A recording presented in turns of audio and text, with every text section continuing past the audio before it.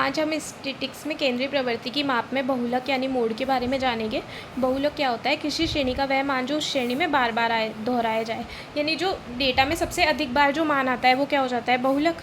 माध्य साइज़, माध्य बिक्री में, जैसे हम कोई शर्ट दुकान पे शर्ट लेने जा रहे हैं तो जिस हाइट की शर्ट सबसे ज़्यादा होती है वो क्या हो गई? बहुलक। जिस साइज़ की शर्ट कस्टमर सबसे ज़्यादा ख़रीद रहे हैं तो जो दुकान वाला है वो उसी साइज़ की शर्ट ज़्यादा ऑर्डर करेगा, ज़्यादा मंगवाएगा। व्यक्तिगत और खंडित श्रेणी में बहुलक निरीक्षण द्वारा ज्ञात किया जा सकता है।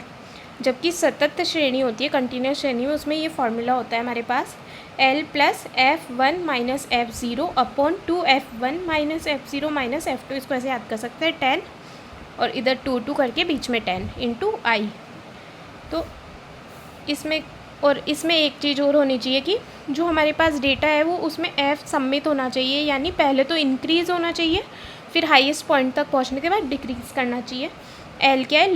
Lower limit. F1 हो गई बहुलक वर्ग की आवृत्ति, F0 हो गई बहुलक वर्ग से पूर्व वाले वर्ग की आवृत्ति, F2 हो गई बहुलक वर्ग से बाद वाले वर्ग की आवृत्ति, I हो गया इंटरवल लेंथ। जैसे ये हमारे पास डेटा हो गया तो इसमें F क्या हो गया?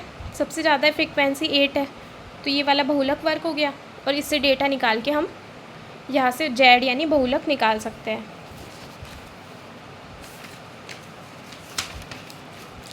अब यदि बहुलक में F फ्रीक्वेंसी असम्मित है तो बहुलक ज्ञात करने के लिए समूहन विधि काम में ली जाती है। समूहन विधि में फॉर्मूला Z क्या हो गया? L2 minus F0 upon F0 plus F2 into I, या L1 plus F2 upon F0 plus F2 into I। एक क्वेश्चन और होता है कि मोड शब्द की उत्पत्ति फ्रेंच के ला मोड से हुई है, जिसका अर्थ होता है फैशन या रिवाज।